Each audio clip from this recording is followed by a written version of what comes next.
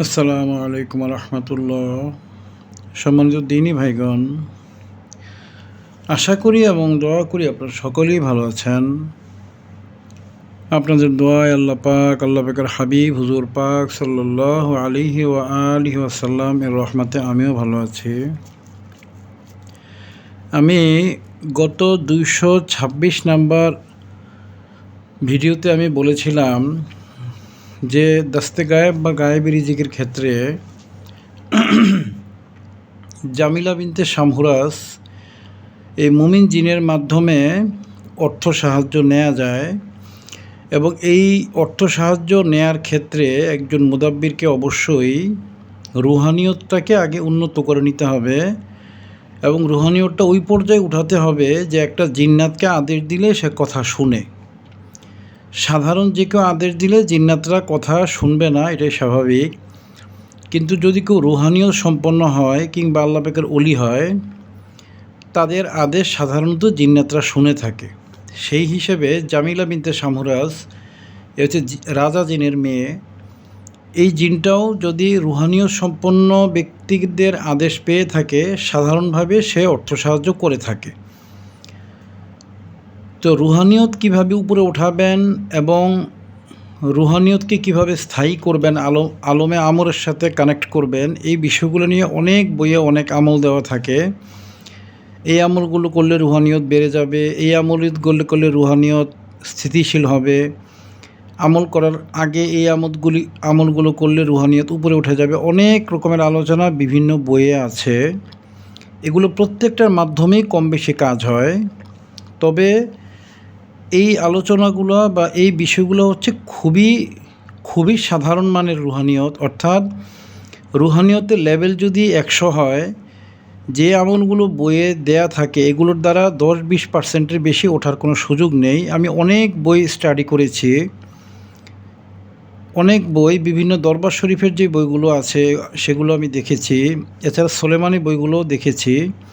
এছাড়া বিভিন্ন তাবিজাতের কিতাব যেগুলো কোনো দরবার শরীফ থেকে বের করা হয়নি, বিভিন্ন বড় বড় মুদাব্বিররা লিখেছেন, ওই বইগুলো আমি দেখেছি।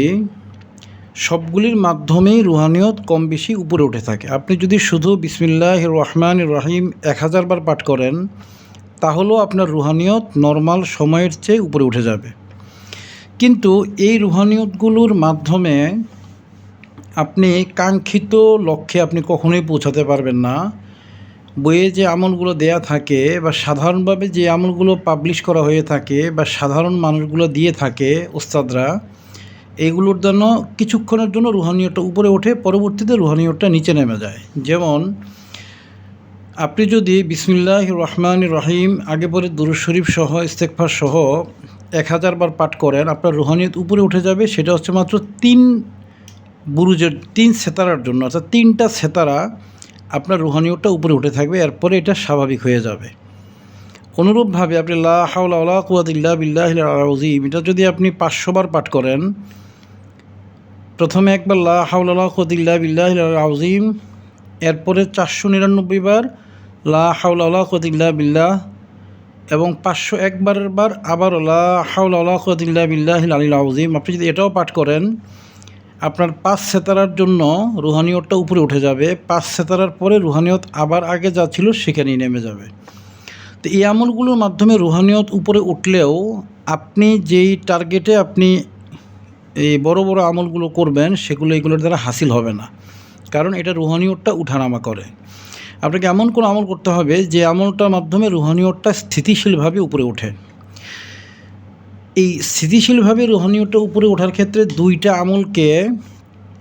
দুইটা আমলকে সর্বশ্রেষ্ঠ ধরা হয়ে থাকে। এই আমলগুলো কোনো বইয়ে নেই। 5 আনফাস, আমি যেটা আজকে আলোচনা করব, 5 আনফাসটা বিভিন্ন রুহানিয়ত বা বিভিন্ন তাসাউফের কিতাব বা বিভিন্ন রকমের সুফিজমের কিতাবে আপনারা পাবেন। কিন্তু 14 সিজদার যে বিষয়টা, এই বিষয়টা সরাসরি কিতাবে লেখা নেই। এই বিষয়টা সোলেমানি একটা কিতাবে লেখা আছে মিশরীয়, এছাড়া অন্য কিতাবেও ওইভাবে লেখা নেই। আর এই 14 সিজদার মাধ্যমে যে কারামত হাসিল করা, অর্থাৎ আপনি এই 14 সিজদার মুওয়াক্কেলদেরকে যদি বলেন যে আমার হাতের মধ্যে একটা তাবিজ এনে দাও, রুগীকে দিব, তারা আপনার হাতের মুঠোর মধ্যে তাবিজটা এনে দিবে। আপনি শূন্যের মধ্যে থাবা দিলেই তাবিজটা আপনার হাতে চলে আসবে, আপনি রুগীকে দিতে পারবেন। এই যে 14 সিজদার এই কারামতে আমলটা ওইটা বইয়ে লেখা নেই। এমনি জাকাতের নিয়মটা একটা বইয়ে আমি শুধু পেয়েছি, সোলেমানি একটা বই, মিশর থেকে প্রিন্ট করা হয়েছিল বইটা। অনেক পুরানো বই, বইটা এখন আছে কিনা আমি জানি না। আমার কাছে বইটা আছে, আমার উস্তাদ আমাকে হাদিয়া দিয়েছিলেন। তো ওই বইটার মধ্যে জাকাতটা দেয়া আছে, কিন্তু কারামতের বিষয়টা নেই। আর এই 14 সিজদার শেষের দিকের একটা আয়াত শরীফের জাকাত, সোয়াল আকবারের জাকাত, যেটা নিয়েও আমি আজকে আলোচনা করব।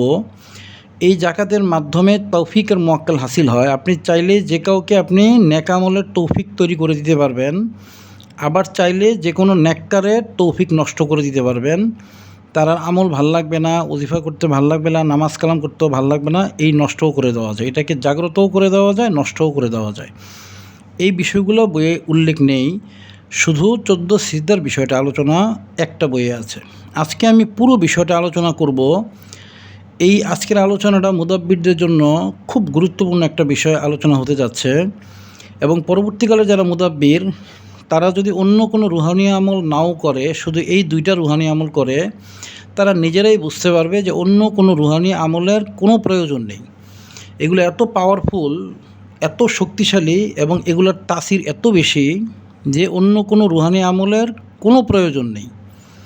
কেউ যদি কোনো একটা শরবতের মধ্যে 200 গ্রাম মধু দিয়ে দেয়, সেখানে 200 গ্রাম মধু দিয়ে যে শরবতটা বানানো হয়েছে সেখানে সামান্য একটু চিনি দেওয়ার কোনো প্রয়োজন নেই। ওই চিনিটার কোনো অস্তিত্বই থাকবে না ওই শরবতটার মাঝে। অনুরূপভাবে এই রুহানিয়তগুলো হচ্ছে, এই আজকের দুইটা রুহানিয়তের আমল হচ্ছে 200 গ্রাম মধুর মতো। এখানে আপনি ছোটোখাটো যেই রুহানিয়তের আমলগুলো, এগুলো করলে কোনো দরকার নেই, কোনো প্রভাবই পড়বে না আপনার শরীরে। এই দুইটা রুহানিয়তের আমল যদি আপনার করা থাকে, আপনারা করবেন, করে দেখবেন। যদি মিথ্যা হয় ভিডিওতে এসে আপনারা বলে দিয়ে যাবেন যে হুজুর আপনি মিথ্যা কথা বলেন। আর যদি করার পর এগুলো সত্য হয় সেটাও আপনারা বলবেন যে হুজুর আপনার এই আমলটা করে আমি উপকার পেয়েছি এবং এই আমলটা সত্য। এই যে বিষয়টা আপনারা লিখে দিবেন ভিডিওতে, এটা আমার ইউটিউব চ্যানেলের ভিউ বাড়ানো বা প্রশংসার সূচক করার জন্য না, এটা ভবিষ্যৎ মুদাব্বিরদের জন্য দলিল হিসাবে আপনি লিখে দিয়ে যাবেন, যাতে সত্য এবং মিথ্যা যেটাই হোক, আজ থেকে 50, 100, 200 বছর পর মুদাব্বিররা যেন সত্যটা জানতে পারে, সে অনুযায়ী তারা যেন আমল করতে পারে। ওই জন্য আপনি লিখে দিয়ে যাবেন। ভিউ বাড়ানো কিংবা লাইক কমেন্ট করা এগুলো আমি কখনো কারো কাছে এক্সপেক্ট করি না। যার ভালো লাগবে সে ভিডিও দেখবে, এখান থেকে ইলমটা নিয়ে নেবে। যার ভালো লাগে না সে আমার এই চ্যানেলটাকে আনসাবস্ক্রাইব করে দিয়ে, একটা আনলাইক করে দিয়ে সে চলে যাবে, কোনো সমস্যা নেই। যার ভালো লাগবে সে দেখবে, যার ভালো লাগবে না সে দেখবে না। যার ভালো লাগে সে সাবস্ক্রাইব করবে, যার ভালো লাগে না সে সাবস্ক্রাইব করবে না। আপনার যদি উপকার হয় আপনারটা আপনি করবেন, উপকার না হলে আপনার এখানে কিছুই করার প্রয়োজন নেই। যাই হোক, আমি আজকে আলোচনা করছি, তবে আমার একটা রিকোয়েস্ট থাকবে, যদি আপনার উপকার পান এটা লিখে দিয়ে যাবেন, কারণ না লিখলে ভবিষ্যতের যারা মুদাব্বির আসবে তারা তো এই ব্যাপারটা থেকে ডিসিশন নিতে পারবে না। এই জন্য আপনি দায়িত্ব মনে করে এখানে কমেন্ট করবেন, কমেন্ট করে বলে দিয়ে যাবেন যে এই ভিডিওটার মাধ্যমে বা এই আমলটার মাধ্যমে আপনি ঠিক কতটা উপকৃত হয়েছেন। আজকে আমি আলোচনাটা করছি, এরপর প্রয়োজন হলে বুঝিয়ে দেবো ইনশাআল্লাহ। বড় বড় আমল হাসিলে রুহানি শক্তি বৃদ্ধিতে যেই আমলকে সর্বশ্রেষ্ঠ আখ্যা দেওয়া হয়, আলমে খলকের ক্ষেত্রে প্রযোজ্য, আলমে আমরে অন্যটা। আজকে আমি যে দুইটা আমল দিব এটার মাধ্যমে রুহানিয়তটা সর্বোচ্চ লেভেলে উঠে যাবে। এগুলো হচ্ছে আলমে খলকের জন্য। আমলের খলক মানে হচ্ছে টাকা পয়সা, বাড়ি গাড়ি, এগুলির উসিলার মাধ্যমে জগতে চলা। আপনি এখন কোনো কিছু খাবেন, আপনাকে জিনিসটা কিনে আনতে হবে, রান্না করতে হবে, খাবেন, এটা হচ্ছে আলমে খলক। আর আলমে আমর হচ্ছে আপনি কোনো একটা জিনিস খাবেন, আপনি মনে করার সাথে সাথেই সেই জিনিসটা আপনার সামনে উপস্থিত হয়ে যাবে, রান্না হয়ে যাবে, আপনি খেয়ে ফেলবেন। এটা হচ্ছে আলমে আমর, আপনার আদেশের দ্বারাই কাজ হয়ে যাবে। তো আলমে খলকের জন্য এই দুইটা আমল রুহানিয়তের জন্য সবচেয়ে উত্তম। আর আলমে খলক, এটা হচ্ছে আলমে খলকের জন্য এই আমলগুলো। আর আলমে আমর, হ্যাঁ, যেটা বেহেস্ত দোজকে যেই আমরটা, যেই হুকুমটা থাকবে এখানে আলমে আমরের অধীনে থাকবে ওইটা। কেউ যদি বেহেস্তে একটা পাখি দেখে মনে করে যে পাখিটার স্যুপ খাবো, পাখিটা নিজে নিজেই স্যুপ হয়ে তার সামনে উপস্থিত হয়ে যাবে, সে খেতে পারবে। এটা হচ্ছে আলমে আমর। এই আলমে আমরের যে বিষয়টা, আলমে আমরের মধ্যে একটা রুহানিয়তের আমল আছে যেটা আমি আমার ছাত্রদেরকে শেখাবো ইনশাল্লাহ, পরবর্তীতে ভিডিও দিব। আজকের ভিডিওটা হচ্ছে আলমে খলকের ক্ষেত্রে সর্বোচ্চ লেভেলের 2টা রুহানিয়তের আমল। 1 নম্বরটা হচ্ছে পাস আনফাস। আমার অনেক ছাত্র পাস আনফাসটা করেছেন। যারা পাস আনফাসটা করেছেন তারা কমেন্টে লিখবেন যে আপনারা পাস আনফাস করেছেন, পাস আনফাস জারি হয়ে গিয়েছে। এই পাস আনফাসের মাধ্যমে আপনারা কি কি উপকার পেয়েছেন আপনারা কমেন্টে লিখবেন। ভবিষ্যৎ মুদাব্বিররা আপনাদের লেখাগুলো দলিল হিসেবে ধরে রাখবে। যদি আপনি উপকৃত নাও হন সেটাও লিখবেন যে এই হুজুর পাস আনফাসের কথা বলে মিথ্যা কথা বলেছে, আসলে পাস আনফাসের দ্বারা কিছুই হয় না, এটাও লিখবেন। যদি আপনি উপকার না পান বা এটা সত্যিই যদি রুহানিয়ত উপরে উঠে না থাকে, আপনি এটাও লিখে দিয়ে যাবেন। সত্যটাই লিখবেন, মিথ্যা কথা কখনোই লিখবেন না। সেটা আমার চ্যানেলের পক্ষে যাক বা বিপক্ষে যাক, আপনি সত্য কথাটাই লিখবেন। পাস আনফাস। পাস আনফাস মানে হচ্ছে শ্বাস প্রশ্বাসের জিকির। শ্বাস ফেলার সময় মনে মনে খেয়াল করবে লা ইলাহা, যার অর্থ হচ্ছে কোনো ইলাহ বা প্রভু নেই, এটা খেয়াল করবে। শ্বাস ফেলার সময় লা ইলাহা মনে মনে খেয়াল করবে। মুখে কোনো শব্দ হবে না, মুখে জিকির করবে না, এটা মুখের জিকির নয়, এটা কলবেরও জিকির নয়, এটা হচ্ছে শ্বাস প্রশ্বাস বা খেয়ালের জিকির। শ্বাস যখন ফেলবেন তখন মনে মনে খেয়াল করবেন লা ইলাহা, এটা হচ্ছে আল্লাহ ছাড়া কোনো প্রভু নাই। লা ইলাহা শব্দটা হচ্ছে আল্লাহ ছাড়া কোনো ইলাহ নাই বা প্রভু নেই।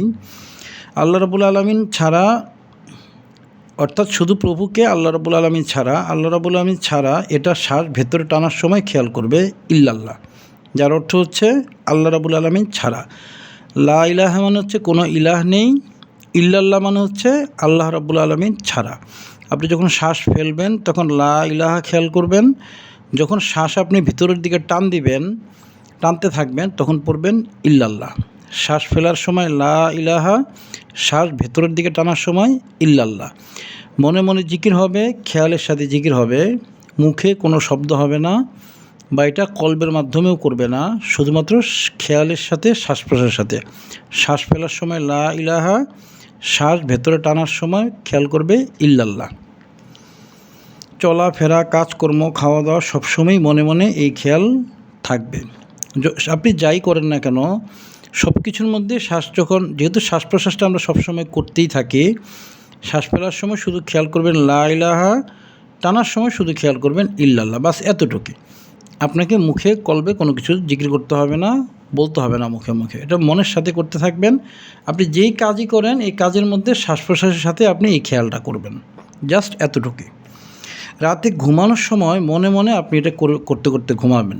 আপনি যখন ঘুমিয়ে যাবেন সারা পৃথিবী থেকে মনটা সরিয়ে নেবেন, এককভাবে মনের খেয়ালটা আপনার এই মনের দিকে আপনি আনবেন এবং শ্বাস ফেলার সময় লা ইলাহা, শ্বাস টানার সময় ইল্লাল্লাহ মনে মনে খেয়াল করতে করতে ঘুমিয়ে যাবেন।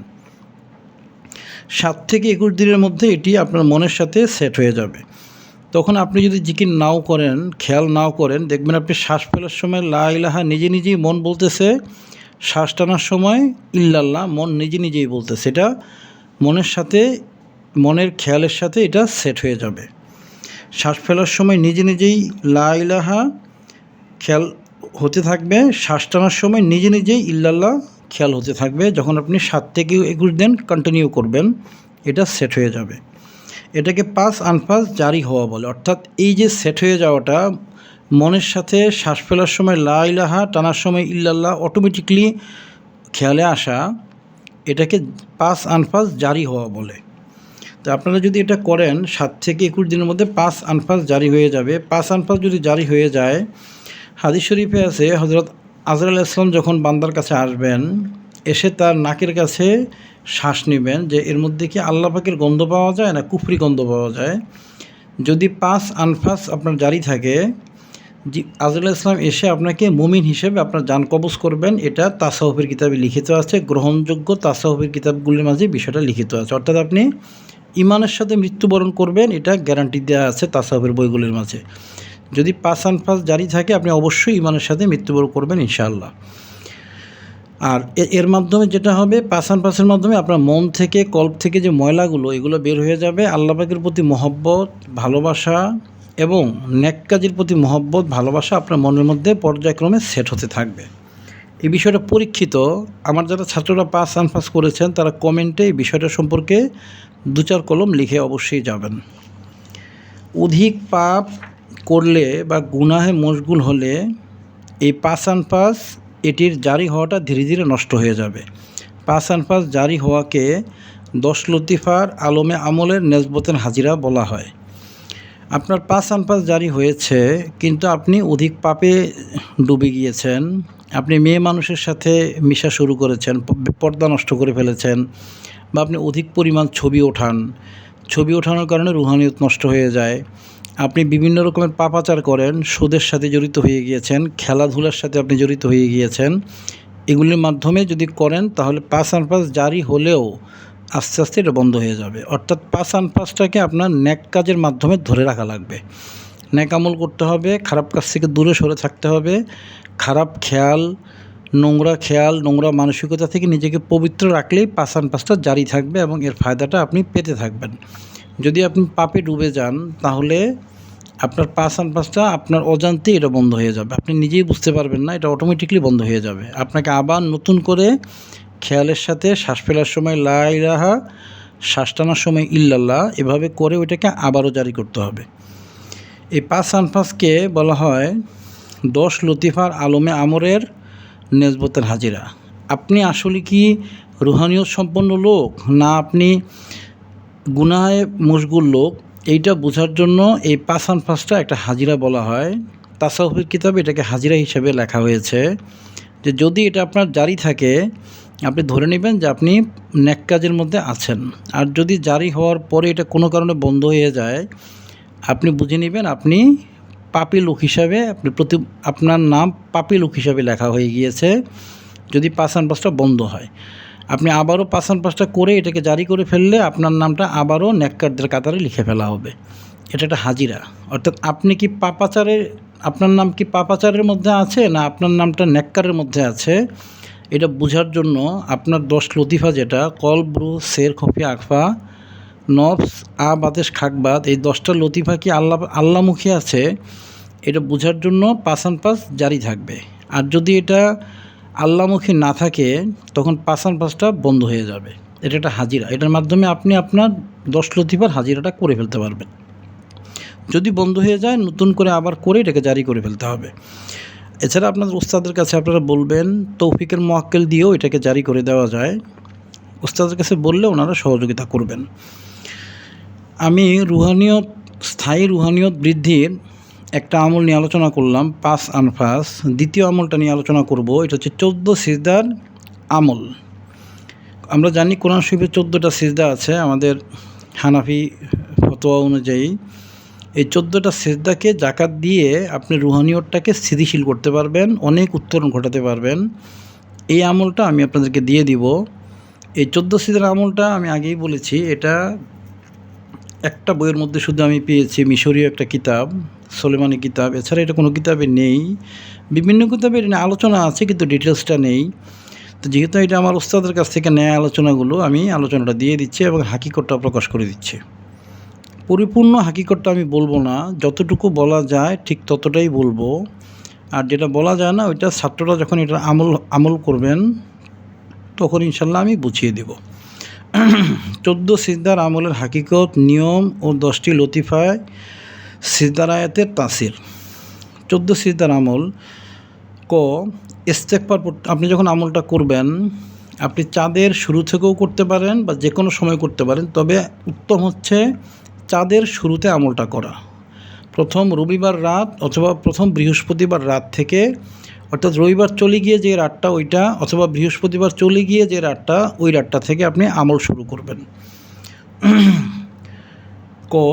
ইস্তেগফার 11 বার, পুরো ইস্তেগফার শরীফ পড়বে। আস্তাগফিরুল্লাহ রব্বি মিন কুল্লি যামবি ওয়া আতুবু ইলাইহি ওয়া লা হাওলা ওয়া লা কুওয়াতা ইল্লা বিল্লাহিল আলিয়্যিল আযীম এ পর্যন্ত পড়বে। হ্যাঁ, শুধু আস্তাগফিরুল্লাহ রব্বি মিন কুল্লি যামবি ওয়া আতুবু ইলাইহি পর্যন্ত পড়বে না, পুরোটা পড়বে। দুরুদ ইব্রাহিম 11 বার পড়বে। নামাজের সময় যে দুরুদ পড়ি ওটাকে দুরুদ ইব্রাহিম বলা হয়। আর যদি সময় কম থাকে, সাধারণত গরমকালে রাতটা ছোট হয়, সেক্ষেত্রে আপনারা দুরুদি উম্মি পড়ে ফেলবেন। আর যদি সময় বেশি থাকে দুরুদ ইব্রাহিমটা পড়াটা উত্তম। সূরা জিনের শেষ 3 আয়াত 7 বার পড়বে। সূরা জিনের আমি মূল আমলে চলে এসেছি। সূরা জিনের শেষ 3 আয়াত 7 বার পড়বে। সিজদার 14টি আয়াত শরীফ প্রতিটি 11 বার করে পড়বে। একবার পড়বে, একবার সিজদা দিবে, আবারও একটা আয়াত শরীফ পড়বে, একটা সিজদা দিবে। এভাবে প্রতিটা আয়াত শরীফ 11 বার পড়বে, 11 বার সিজদা দিবে। এর পরবর্তী আয়াত শরীফে চলে যাবে সিজদার আয়াত, আবারও সেটা একবার পড়বে, একটা সিজদা দিবে, আবারও একবার পড়বে, একটা সিজদা দিবে। এভাবে সিজদা দিতে থাকবে, একবার পড়বে, একবার সিজদা দিবে। এভাবে মোট 154 বার আপনাকে 14টা আয়াত শরীফ 11 বার করে টোটাল 154 বার আপনাকে আওড়াতে হবে এই আয়াত শরীফগুলো, এবং 154 বারই আপনাকে সিজদা দিবে সাথে সাথে। অর্থাৎ এখন একবার পড়লেন, দাঁড়িয়ে যাবেন, দাঁড়িয়ে পড়বেন, এরপরে সিজদা দিয়ে ফেলবেন, সিজদা দিয়ে আবার দাঁড়িয়ে যাবেন, এরপরে আবারও একবার পড়বেন, এরপরে আবারও একবার সিজদা দিবেন, পড়বেন, পড়ার পরে আবার সিজদা দিবেন, এরপরে আবার দাঁড়িয়ে যাবেন, এরপরে আবারও একটা আয়াত শরীফ পড়বেন, আবার সিজদা দিবেন, আবার দাঁড়িয়ে যাবেন। এভাবে 154 বার আপনাকে সিজদার আয়াতগুলো পড়তে হবে। প্রতিটা 11 বার করে 14টা আয়াত 154 বার হবে। 154 বারই আপনি সিজদা দিবেন। সিজদা দেওয়ার সময় মোরাকাবা করবে। এই সিজদা দেওয়ার সময় আপনাকে একটা মোরাকাবা করতে হবে। মোরাকাবা মানে হচ্ছে ধ্যান করা বা খেয়াল করা। আপনি চোখ বন্ধ করে করে পড়বেন, হাতে তসবি নিয়ে পড়তে পারবেন, কোনো সমস্যা নেই, তসবি নিয়েই পড়বেন, বা আঙ্গুলি টিপে টিপেও পড়তে পারেন, বা তসবি নর্মাল দানা তসবি নিয়েও আপনি পড়তে পারেন, যেভাবে সুবিধা হয় পড়বেন। আপনি পড়বেন, পড়ার সময় চোখ বন্ধ করে খেয়াল করবেন। খেয়ালে কি করবেন? আপনি খেয়াল করবেন যে আল্লাহ রাব্বুল আলামিন আপনার সামনেই অবস্থান করছেন। অর্থাৎ আপনি যখন সিজদার আয়াতগুলো পড়বেন তখন আপনি চোখ বন্ধ করে খেয়াল করবেন আল্লাহ রাব্বুল আলামিন আপনার সামনেই অবস্থান করছেন। অনেক আদবের সাথে আপনি আমলটা করবেন।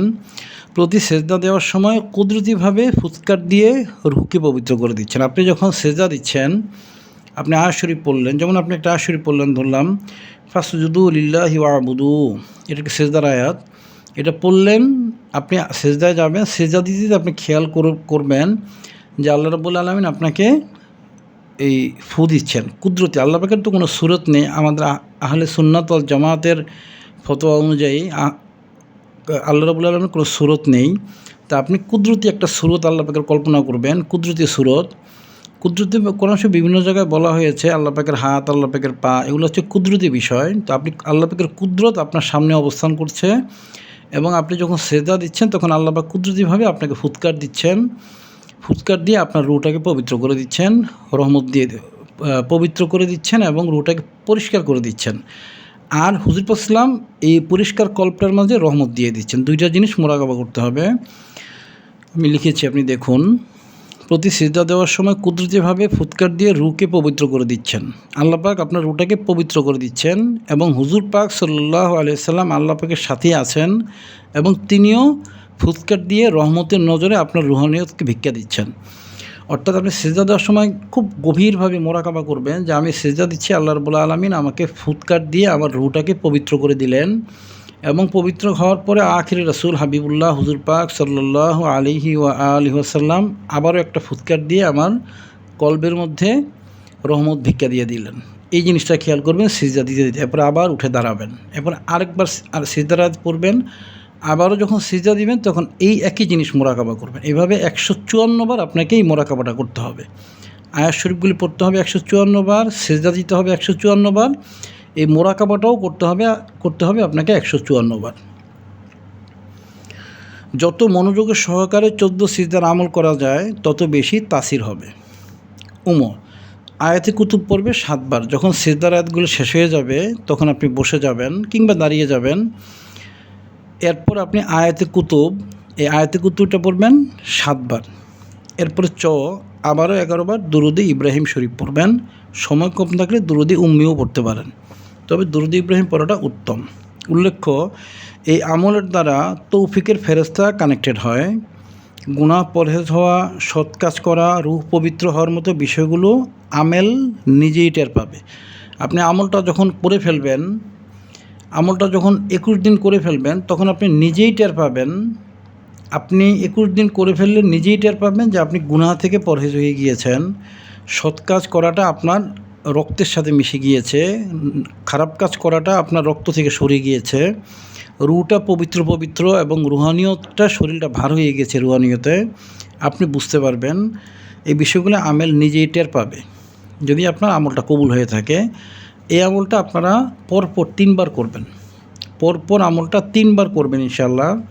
3 বার করার পর আপনারা নিজেরাই বুঝতে পারবেন যে রুহানিয়ত কোন লেভেলে উঠেছে। আপনি একবার করার পরেই আপনি বোকা হয়ে যাবেন যে রুহানিয়ত কোন লেভেলে উঠেছে। আমি আমার অল্প কয়েকজন ছাত্রকে আমলটা করিয়েছি, প্রত্যেকে এটার খুব বেটার একটা রিভিউ আমাকে দিয়েছে। আপনারাও করবেন। আজ থেকে 50-100 বছর 200 বছর পরের মধ্যে আপনারা আমলটা করবেন, এটা কোনোভাবেই মিস করবেন না। আপনি অন্য আমল করতে পারেন আর না পারেন, আপনি এই আমলটা করবেন 3 বার, করবেন আপনারা। আপনাদের কেউ কখনো ক্ষতি করতে পারবে না। হেফাজতের মুয়াক্কেল কানেক্ট হয়ে যাবে, তৌফিকের মুয়াক্কেল কানেক্ট হয়ে যাবে, আল্লাহ পাক আল হাবিবের খাস রহমত আপনার উপর নাজিল হবে, আর সেজদার মুয়াক্কেলগুলো আপনাকে প্রোটেকশন দিতে থাকবে। আপনি অবাক হয়ে যাবেন এই আমলটার রেজাল্টে। আপনারা করবেন, এরপরে যদি যারা ভিউয়ার্স তারা আমলটা করবেন, যদি মিথ্যা কথা হয় আপনারা কমেন্টে লিখে দিয়ে যাবেন যে আপনি মিথ্যা কথা বলেন, আর যদি সত্য হয় তাহলে আপনার কি হয়েছে আমলটা করার পর আপনারা এটাও রিভিউ দিয়ে যাবেন। 3 বার এই জাকাত যখন আপনি 3 বার দিবেন, এই পুরা জাকাতটা, এই 14 সিজা জাকাতটা যখন 3 বার দিবেন, তখন আপনার একটা কারামত জাহির হবে। আপনি আয়াতুল কুরসি যখন পড়বেন, আয়াতুল কুরসি পড়ে এই আয়াত শরীফে 14 সিজার মুয়াক্কেলকে আদেশ দিয়ে যদি আপনি হাত অদৃশ্যের মধ্যে হাতটা দিয়ে যদি থাবা দেন এভাবে, আপনি এটা এই কারামতি আমলটা আমার কয়েকটা ছাত্র করেছে। এখানে একটা দোয়া আছে আর কি, দোয়াটা পড়ে আপনি আয়াতুল কুরসি পড়ে আপনার হাতে আপনি ফু দিবেন। এরপরে আপনি 14 সিজদার মুয়াক্কেলকে বলবেন যে আয়াতুল কুরসি লেখা একটা তাবিজ আপনি আমার হাতে দিয়ে দিন।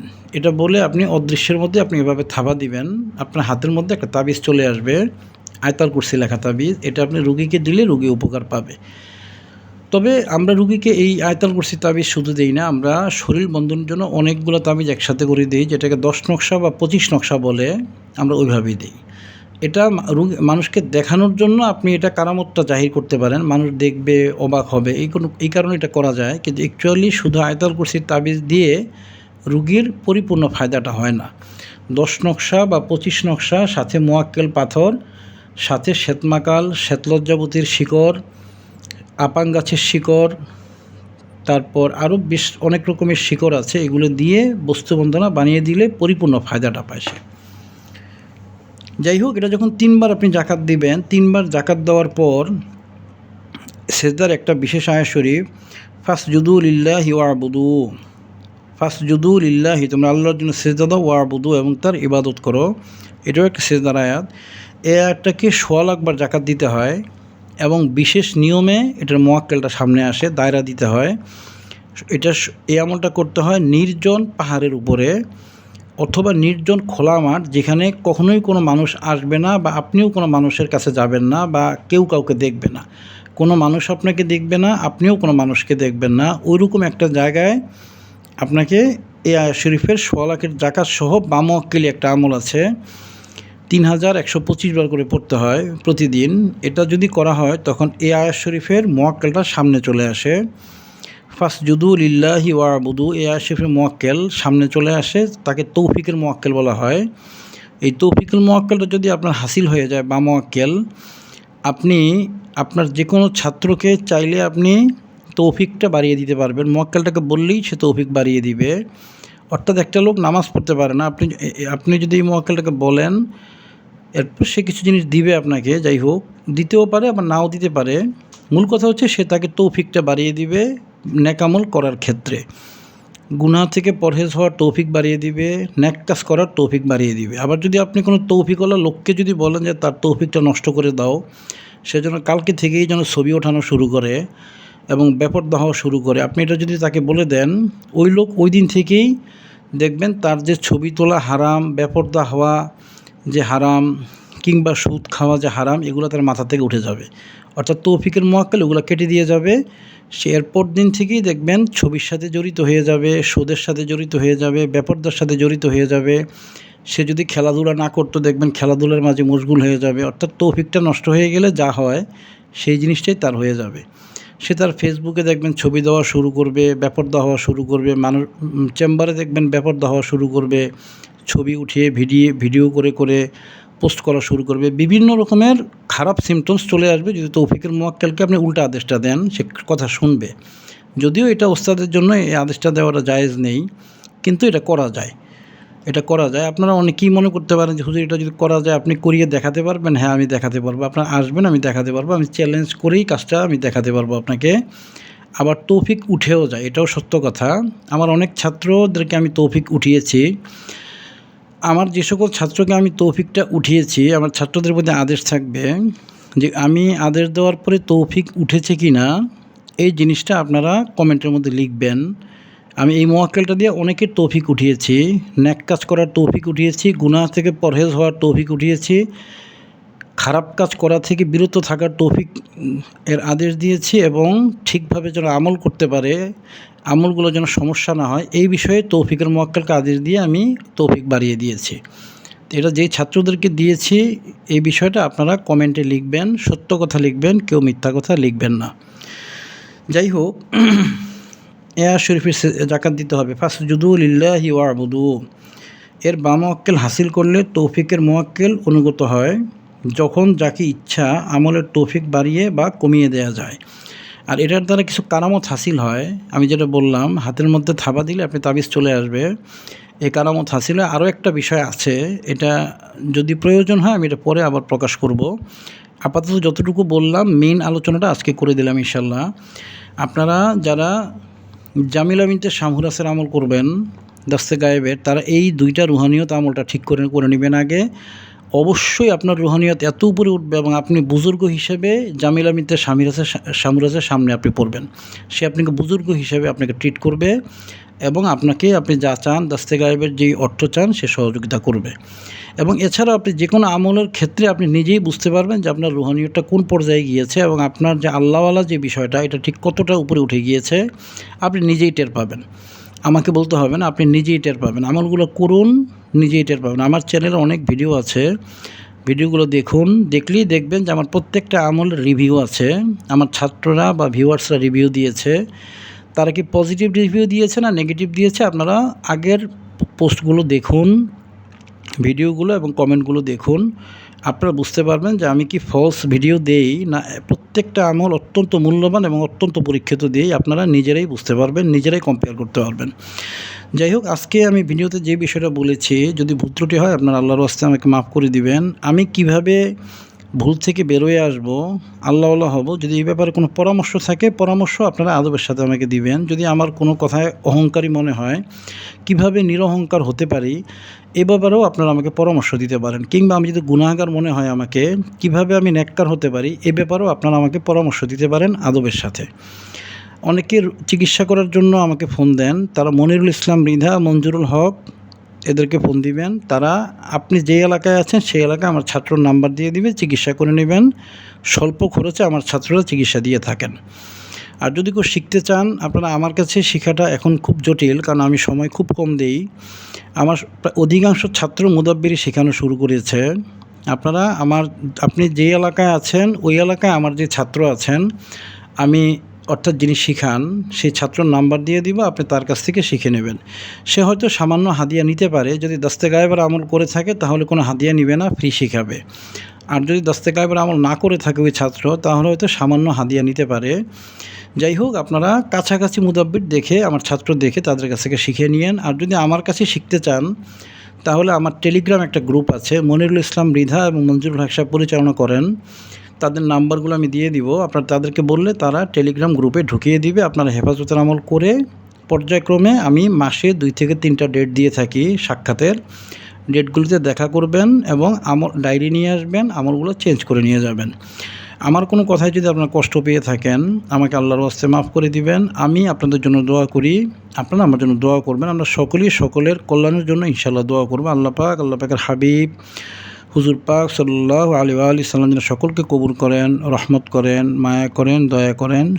সকলের জন্য ইনশাআল্লাহ দোয়া করব। আসসালামু আলাইকুম ওয়া রাহমাতুল্লাহি ওয়া বারাকাতুহু।